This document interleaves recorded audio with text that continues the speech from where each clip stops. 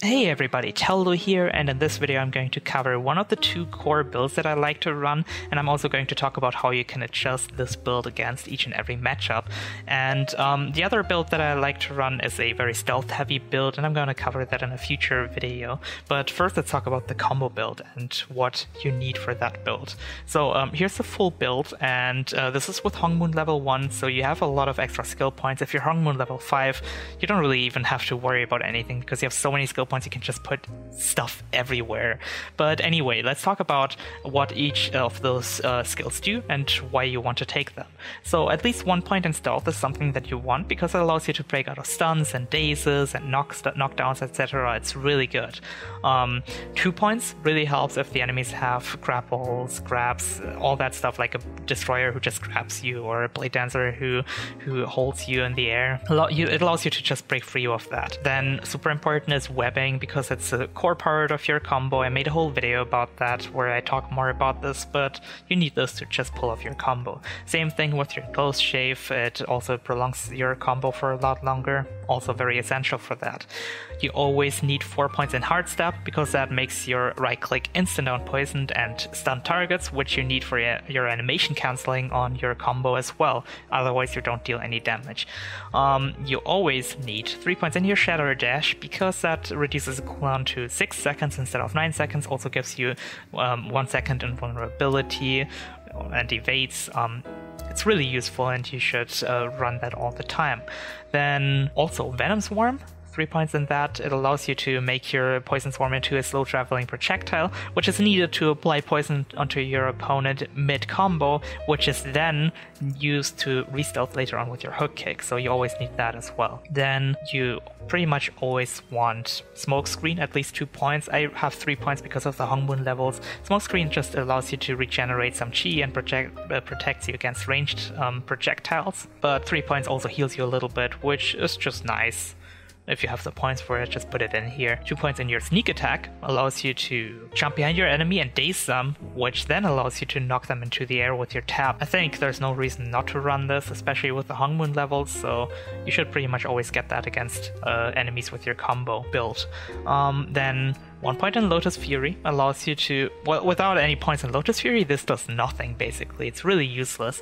But when you have this in there, you resist damage while using it, which is really important defensively. It helps a lot against like the Penta Slash of a Blademaster, for example. And if you put 2 points into it, you heal a lot. If you put 3 points into it, you are immune for a little bit longer, 1 second after it's done. So this is really useful. I have 3 points in here just again because of the Hongmoon levels. Alternatively, you can run Lotus Kick against some matchups because that allows you to just stun your opponent, but it's a purely offensive ability at this point. And it gets really hard to survive some of the stuff that enemies throw at you, so it's high risk, high reward if you want to do that, because that allows you to just do a lot longer combo with it. Then 3 points in Lotus Escape is a must-have at all times, because that allows you to break out of dazes and stuns. Once again, it's almost like a second tab escape. Definitely get that it has 45 seconds cooldown if you get this with 3 points in there, but super useful. Then 3 points in your Shadow Slash allows you to knock down your opponents with your 3 ability, which can be used to bait out an F ability of your opponent and then maybe follow it up with maybe, you know, a sneak attack afterwards, because if they don't have their F up anymore and you can just daze them afterwards, they have no escape anymore except for their tap escape maybe.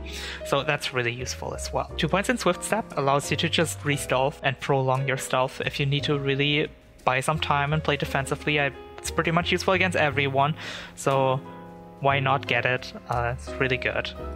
And 2 points in your landmine. I like running that against a lot of people. You can switch that around for the ice mine or the throwable mine depending on each matchup.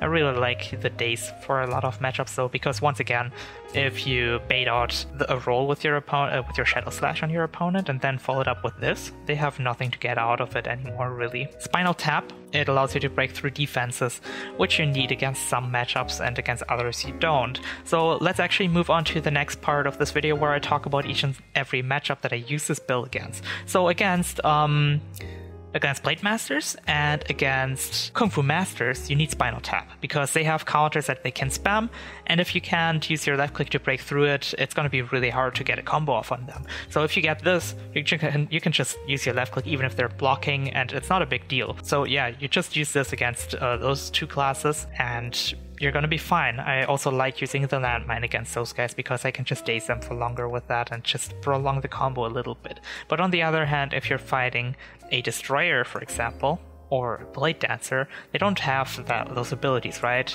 They don't have a counter that you need to worry about. So I like putting those points into lightning rod. That makes your cooldown of it a lot shorter, and sometimes you get a tap switch onto them. You force their tap escape, and then afterwards, when your tap switches back up again, you use it again, and then your lightning rod is on cooldown and you can't continue your combo. So having a shorter cooldown on this is super useful against those classes.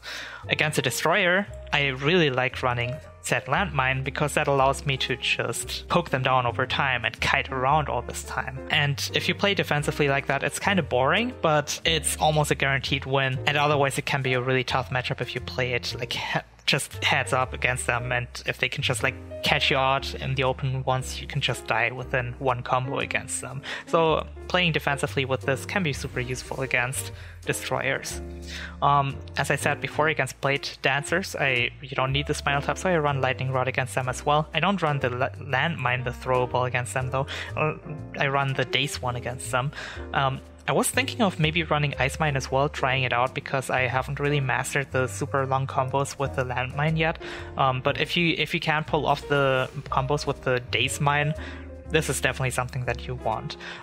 Something that I like trying out against blade dancers recently, because I still have a hard matchup against them, is running the smoke screen, which stealths you, because you need to trigger their tap escape once, and then you need to survive until you can do it again, because then they don't have an escape anymore and you can finish them off this way. So if you run this ability, this allows you to just re-stealth for 10 seconds, which is so much time in that matchup. It allows you to just buy so much time and maybe get the whole opener on them once again. Yeah, that's pretty much it for those matchups. Then there is Force Master as well, but I never ever face them, so I am not sure how to play against them. I would say you probably want this smoke screen against them for healing, and you somehow want to get an opener on them and somehow force cooldowns off of them. But the thing is, I really don't know much about the matchup. I never faced them on that rating, and I have faced like a couple of them and they absolutely destroyed me, and I had very little idea of what I was doing. So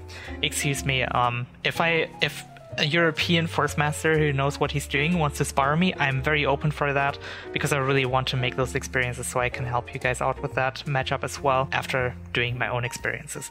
And yeah, those are all the matchups that I would use this build against. Then there's also Assassin and Summoner, but against those guys I would run a different build, which I'm going to cover in another video because I don't want this video to be too long. So anyway, I really hope this video was helpful to you guys, and yeah, a lot of people requested it, so here it is, and yeah, hope it is helpful. See you guys next time with my Summoner and Assassin build video. Bye bye!